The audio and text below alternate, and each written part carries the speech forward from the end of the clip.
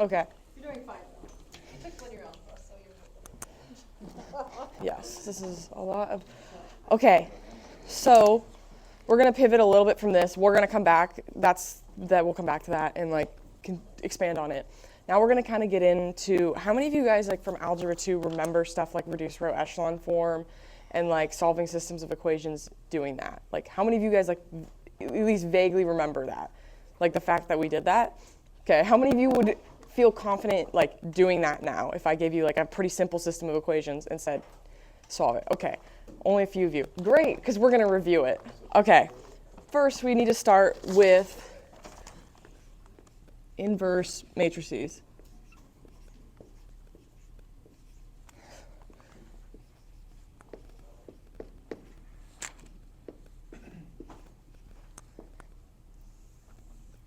Okay, so within inverse matrices, the first thing we want to define is something called the identity matrix. So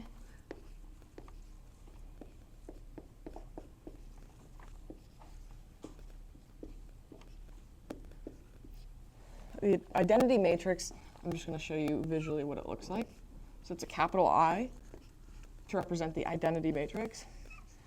And it looks, is that big? Oh, it's a little bit bigger. It looks something like,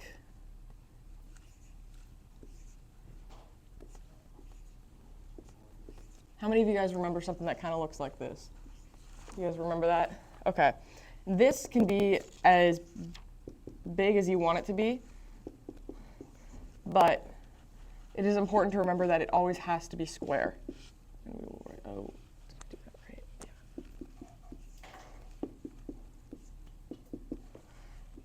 So that is kind of what an identity matrix is going to look like. I'll say it.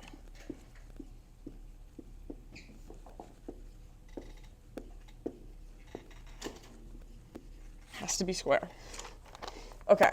And also when it comes to identity matrices, when you take a matrix, let's say A, and then multiply it by the identity matrix, it's just going to equal A. And you know how matrix multiplication is not commutative? Well, in this case it is with the identity matrix. It's the same thing as doing the identity matrix times A. So we will do something to kind of like prove that or show that. But like the way that it's like easily usually described is that it's kind of like multiplying by 1, basically. So, and then here we'll go over here for that. Another property is that a matrix times its inverse, which is, that's a different, we're going to get into what the inverse is in just a second, times its inverse is equal to the identity matrix. So to kind of show that again with like simplified letters. So A, our matrix A, times its inverse, which is represented with to the power of -1, as is most inverses, is equal to the identity matrix over here. And then same thing. It is, again, matrix multiplication, not commutative, but here it is. You could do its inverse times A. And those will all end up being the identity matrix. So we will get into finding the inverse of a matrix. I'm going to write down a couple notes first. So sum, and by the way, all this applies only for square matrices. It's very important. This does not work if it's not a square. Some square matrices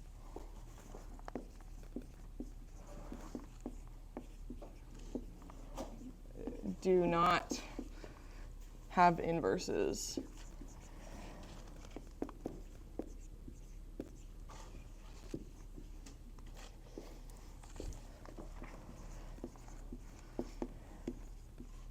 Consider any square zero matrix. So, for example, you can't multiply a square zero matrix by its inverse, which doesn't exist, to equal the identity matrix.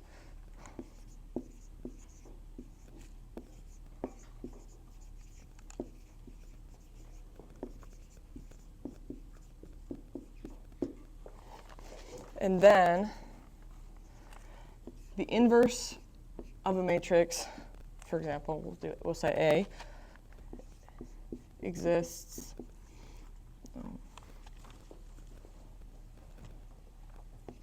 only if the determinant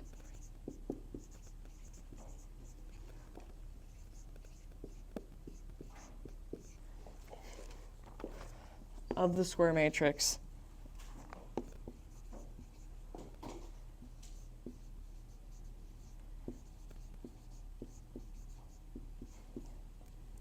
A is non-zero. So if you take the determinant of it and it ends up being 0, you cannot find the inverse of it. Okay, so now how do we find the inverse? So for example, for our scope of our lesson right now, they don't actually have you find the inverse of like the problems that we currently have, but it does kind of want you to have a general idea of how to find the inverse of a 2 by 2 matrix. So there's a very specific way to solve for the inverse of a 2 by 2 matrix, but not necessarily anything larger than that, but we will kind of show a process of how you can do that. So move over here.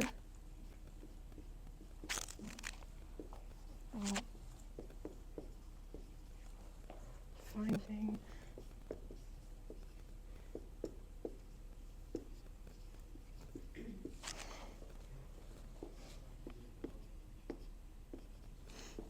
for a 2 by 2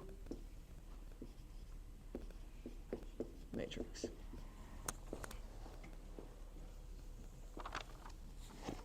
Okay, so if we were to have matrix A, we're going to represent it with letters first, and then we'll do an example with numbers. And we'll have matrix A, B, C, D.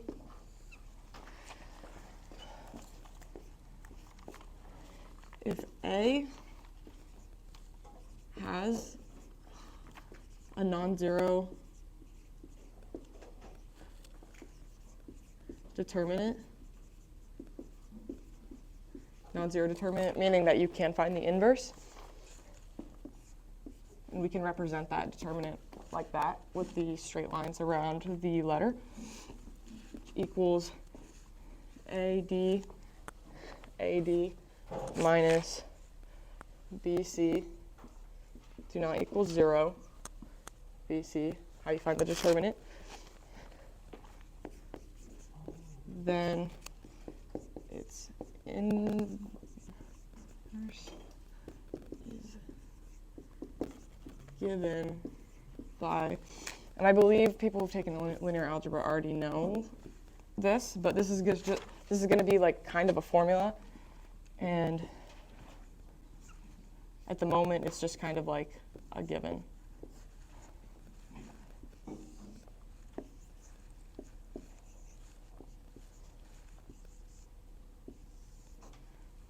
So you can find the inverse of a 2 by 2 matrix by finding the determinant of A, and then multiplying the opposite by rearranging the elements, kind of like this. And you pretty much just do like scalar multiplication, or not scalar multiplication. You just like distribute to each element, and you can see that the A and the D are swapped, and then these are just made negative. So we are going to do an example of that. Is it okay if I erase this? Okay.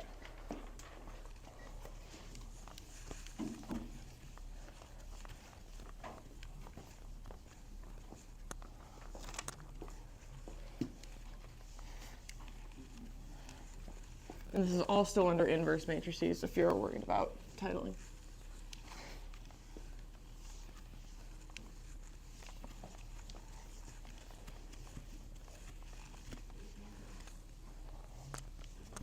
Okay. So, what example is this? Do you guys know? Example 4? Okay.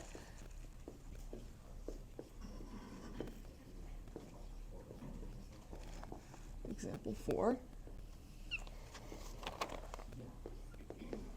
Find the inverse of A, and I will give you A, and just go verify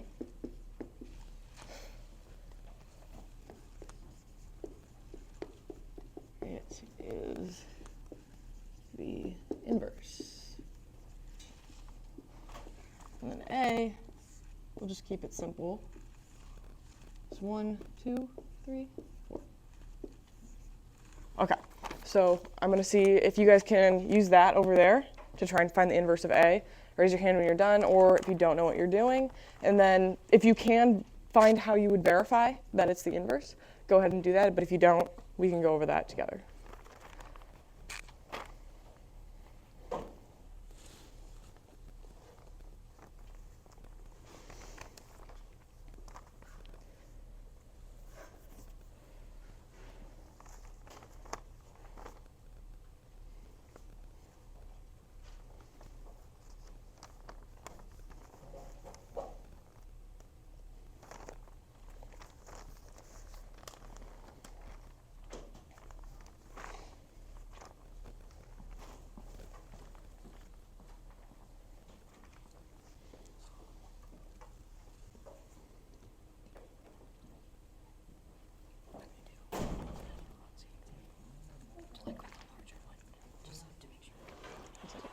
It's probably a good idea.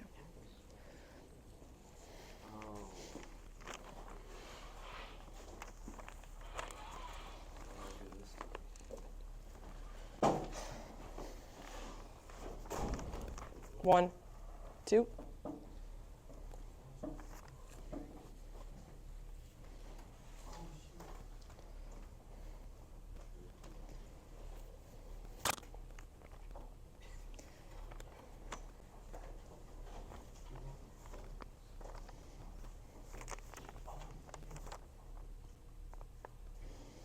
How are we doing, guys? Do you want more time? 3, 4, 5.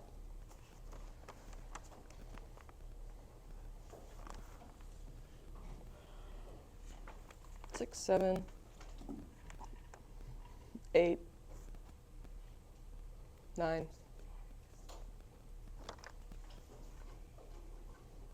Okay, we're just gonna go over it.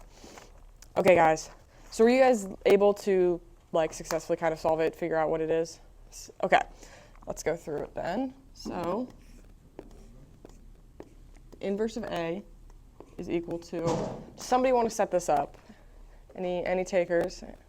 So if not, okay, Finn, do you want to? Okay, so first you find the determinant. Okay, we can do that on the side. So. Yeah, so that would be like 4 minus 6, Mm-hmm. which is -2.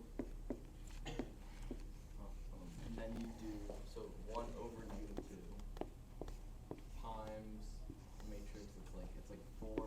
Yep. And then -2, and then -3, and then 1. Yep. So for anybody who's confused, the determinant is not, you're not taking the determinant of this one, you're doing it of the matrix, or you are taking it of this one. Just joking. You're taking it of this one, you're not taking it of the one that where you like transformed. But yes, you set that up right. Okay, and does anybody want to complete this by distributing each part into each element? Any takers? Jesse, I see you smiling. Okay. Oh, Leo, I picked on you yesterday, so Tommy, do you want to multiply this out?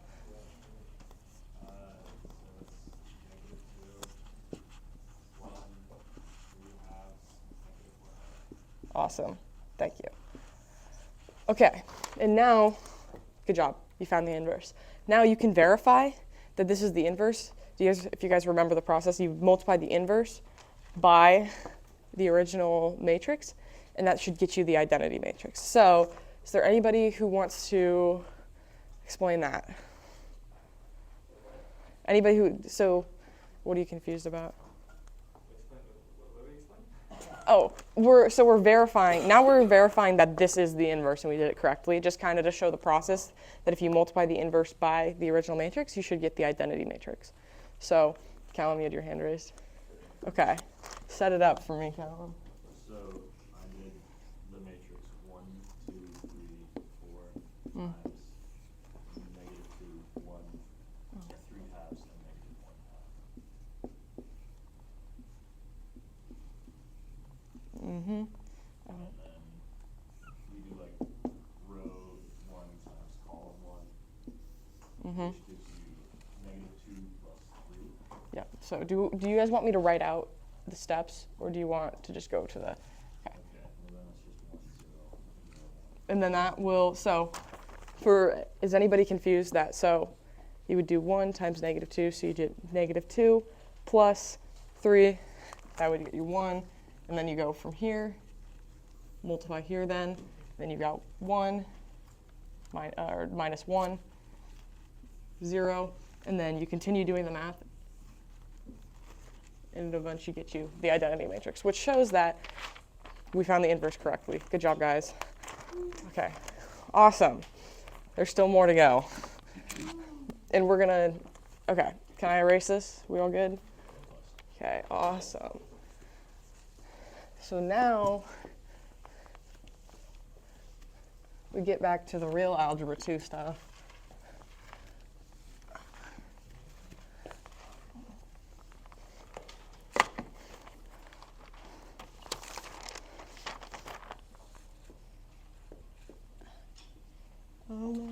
It's kind of weird. Elementary row operations.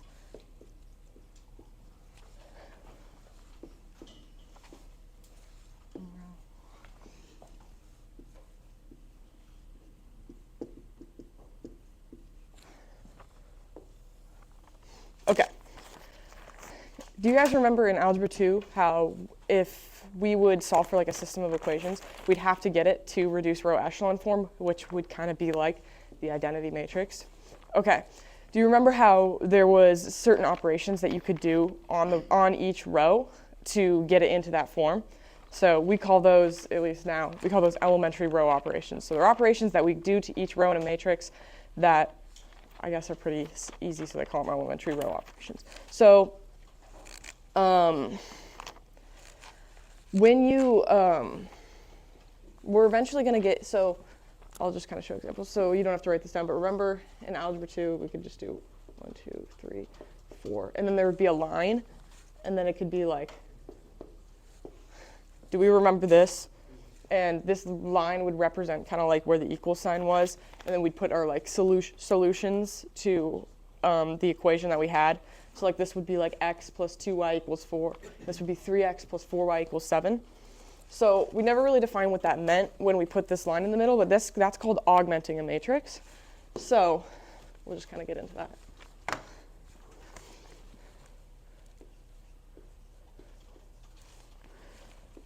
When augmenting a matrix,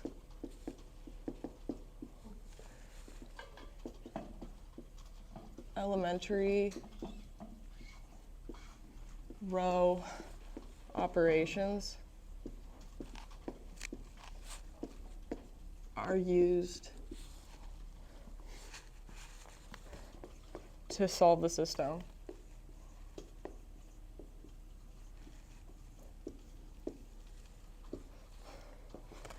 There are 3 operations. And I'm going to list them out. I can try and simplify them. The first one is you're multiplying, and I'm going to write them out just so you guys like remember them, because I feel like that would be useful, even if you do already remember this. So you can multiply any row of the matrix by a non-zero constant.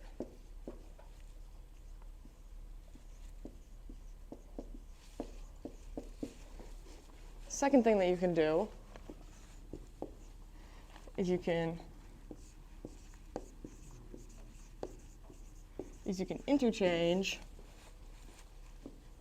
any two rows. The third thing you can do is you can subtract a constant multiple of one row from any other row. Does this kind of ring any bells for those of you who maybe possibly forgot? Yes? All right. So now we're going to do a review of reduced row echelon form. And it's going to be awesome. Can I erase this? Yes.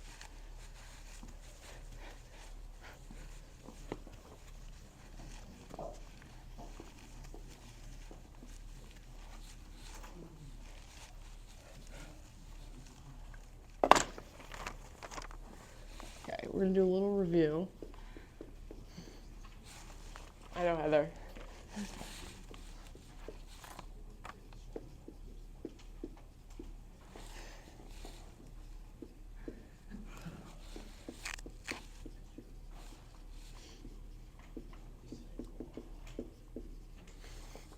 Do a little review of reduced row echelon form.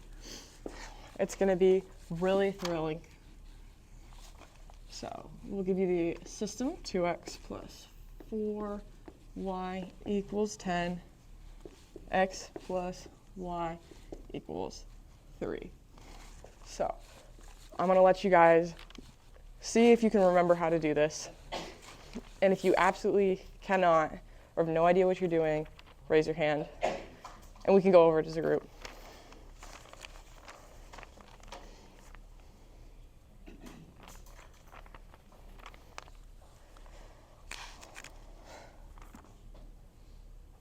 Oh, this should be an example.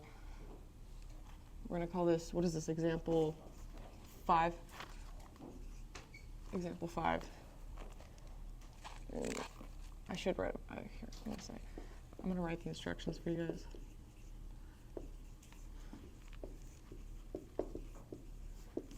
Using, I should probably go.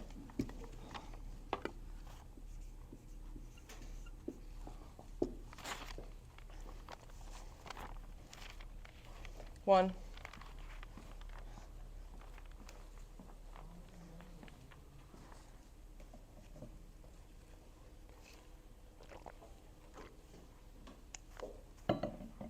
Two.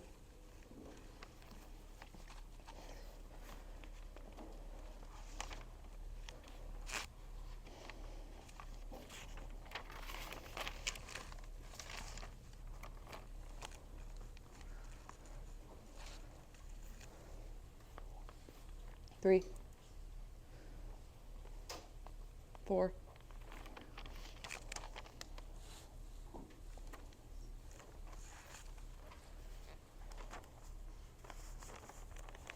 5. 6.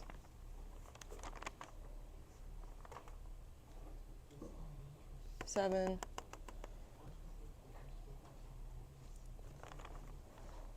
8. Okay, do you guys want more time or should we go through it? We're gonna go through it. Did you have a question, Colin? Okay. All right, so would anybody first just like to help me set up the matrix for solving this? Okay, Jason? Open matrix brackets, 2, 4, and then 1, 1 at the bottom, and then augmenting line 10, 3. Yes, nice job. Good job. Nice job, Jason. Would you like to take this any further, Jason? No. Okay. Would anybody have any possible starting ideas? Yes, Nathan. Yes.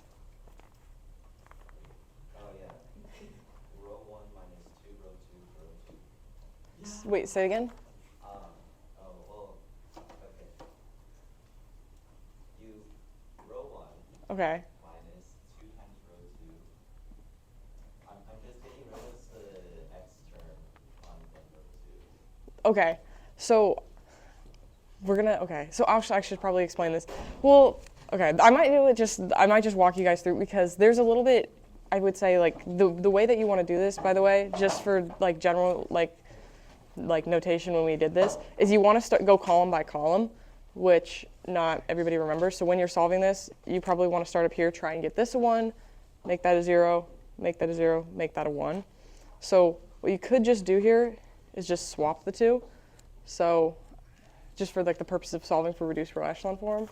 I think you're just being a little purist there. Yeah, I am, but like I don't know. It's Yeah. I don't. Divide row 1 by 2. You can, yeah, that works too. Either one. So we can do row 1. I don't know. I'm hoping that whatever process we do actually gets us the right answer because I do have only one way written down. Can you write it as 1/2 times row 1? Oh yeah, I could do that. Here I'll write it 1/2. We'll do 1, 2, 5. Okay, I'm trusting you guys. Okay, anybody got a suggestion for a next step? Okay, Jesse, I heard that. Say that louder, Jesse. Okay, so we do row 2 minus row 1, right? Sure, okay. So, Okay, so sorry, you're about to like step in it a couple times here. So typically we avoid subtraction because subtraction's hard. okay, Yeah. So to accomplish the same thing, we basically just write it as the opposite of row 1 plus row 2. okay. I know. Sounds good. Sounds good. Okay. Okay, the opposite of row 1 plus row 2. So, keep that 1. And that would get us 0. And then, is that right? Yes? Sure. Did I do that right? I think so. Okay. And then, yes? Row 1 plus 2, row 2. Row 1 plus 2, row 2. Nice. So, 1. And then, awesome. Okay. Any more suggestions, guys? Yes. Okay. Row 2. I know he's jumping with joy right now. What is that, room 5? Wow. Nice job, guys. Okay, guys. So does anyone remember? So how do we figure out what x and y are? Yes, x is equal to 1, and y is equal to 2. Because remember, you could write this out as just, that's your x up here, that's your y, equals 2. Great job, guys. I'm so glad you killed it. You guys are good at algebra 2, but we're not done yet. Not even close. We are going back. Okay.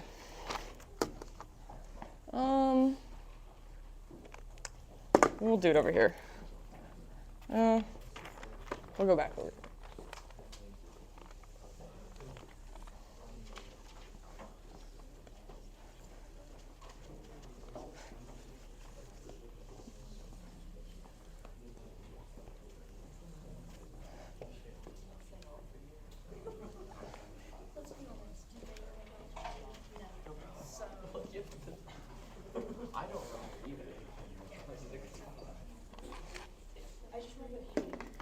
Okay, guys, this is taking a while, but it's okay. Another way of solving for an inverse. Oh boy. This is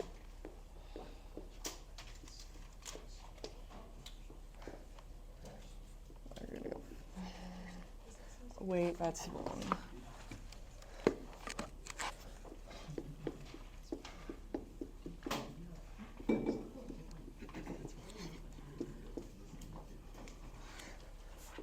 Okay.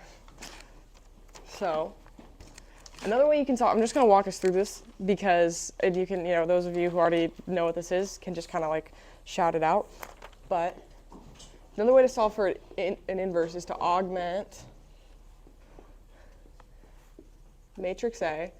And we're going back to, I'll just write it over here, matrix A from the earlier example, 1, 2, 3, 4. Matrix A with the inverse can, or with the, not the inverse, sorry, with the, excuse you, identity matrix, sorry guys, can generate the inverse of A. Okay, so our matrix A is 1, 2, 3, 4.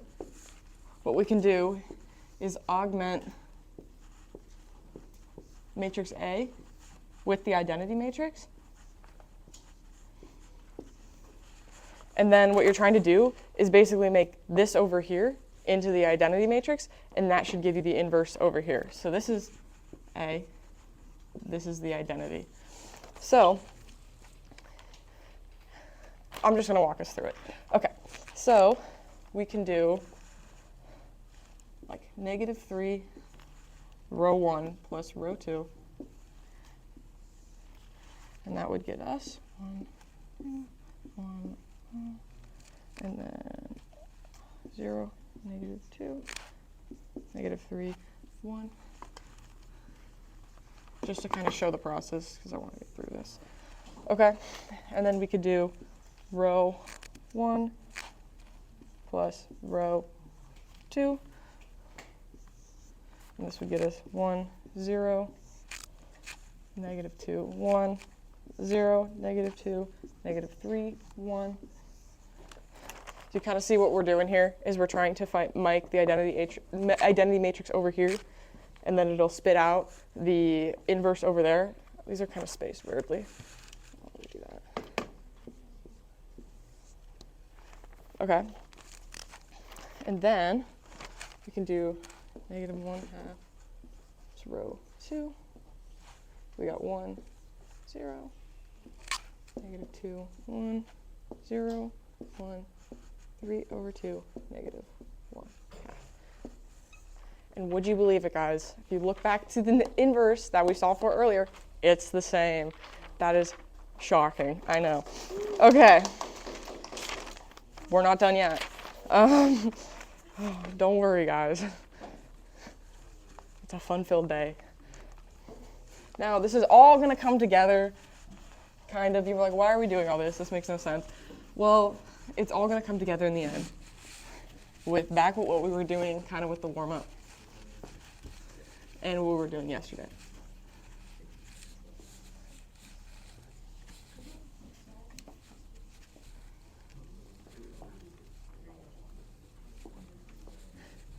Oh, also, just as a general note, that process can be done with like any size matrix, right?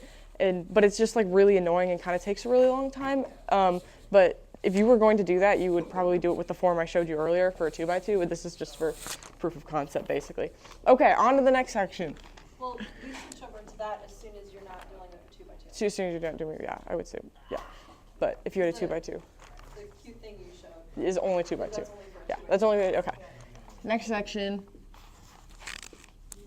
Initial, how much time do we have? Value problems.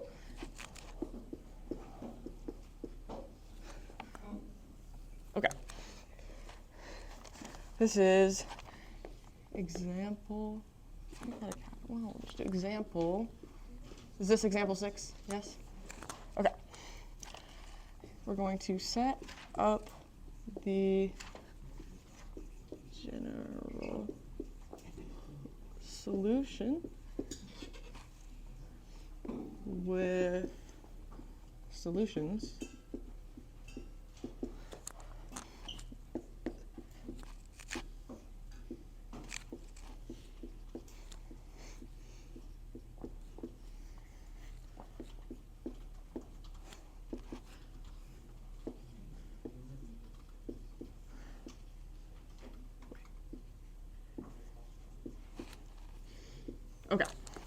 I want you all to write that out. Do you remember what we were doing yesterday with superposition? Doing the same thing here. Okay. Write it all out. Would anybody like to tell me what the general form would be? Oh, I did forget an equal sign. You're so right. Thank you. Would anybody like to tell me what that would be? Callum? You want to tell me, Callum? Yesterday, it was just C. Yes. C1 times X. Capital X of t. C1. 3 e 2t.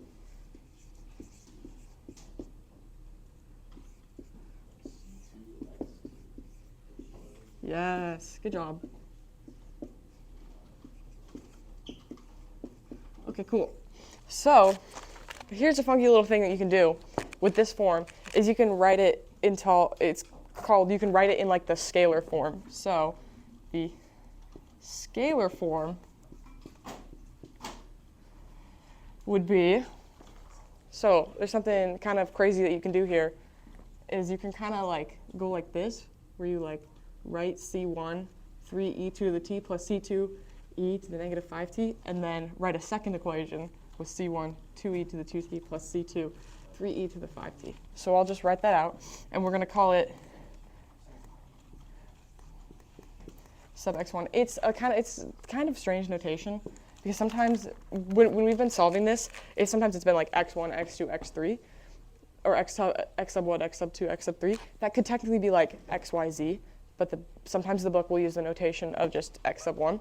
It's kind of up to the problem. For this one, I'm not sure, honestly. I'm not sure. Yeah, I don't think so. I don't know. I'd have to look in the textbook, because in the textbook they're both bold, lowercase, for some reason. Yeah, I would assume that both means vector, but they're like different in some way, because it's like you're writing it out. So 3 C1 e to the t plus C2 e negative 5t, and then you can do. Yeah, no vector. Okay, that's what I thought. It's just the first Yeah. element in a vector. Yeah, and then this would be 2 C1 e to the 2t plus C2 negative 5t. So you see how you can kind of like write them out? And now you have something kind of crazy here. Wow, you have a system of equations. That's insane. And now with initial value problems, we'll do, pretend that you're writing like under this, and we're just going to write over here. How much time do we have? 36? We got time. With initial value problem, actually I'm not going to write this out. Sometimes we'll say this is part A. This is part B. And sometimes with initial value problems, you're going to be given, so in the book, your problems will be given like with solve for the particular solution with initial conditions x sub 1 of 0 equals 8, x sub 2 of 0 equals 0. And would you believe it, you can plug those back in over here. So now it just becomes something we're pretty familiar with. So would anybody like to set up the equation to help solve for these constants? Jason? Yeah, so open bracket. Wait. What we're doing is we're taking Oh, these, we have to put in a- we're putting them in here, okay. just so we can solve for those constants. Yes. Let me see 1 plus B2. Yes. Oh, if something's confusing, I'm so sorry. Okay, is there anything that doesn't, like it looks weird? That's fine. Is my handwriting good? Okay. And then the next equation? 2C1 plus 3C2 is 0. Yes. And now, guys, yes, is this a system of equations you could probably easily solve on your own? That is correct. But sometimes there's like three, there's XYZ systems of equations. So this is where the reduced row echelon form comes into play, is we're going to solve this using matrices. But we do it we do it in a simplified version. So we do something called, should I leave it, Miss E? Should I leave it off here because we've got 2 minutes, or should I just keep going? It's up to you. Okay, how about we do this tomorrow? Do you want to do tomorrow, Trinia? Yeah. Okay, we'll do tomorrow. Okay, so tomorrow we're going to solve that using reduced root echelon form technically, but we're going to do it in a way that you actually don't have to do the full process, and it's going to be awesome and really exciting.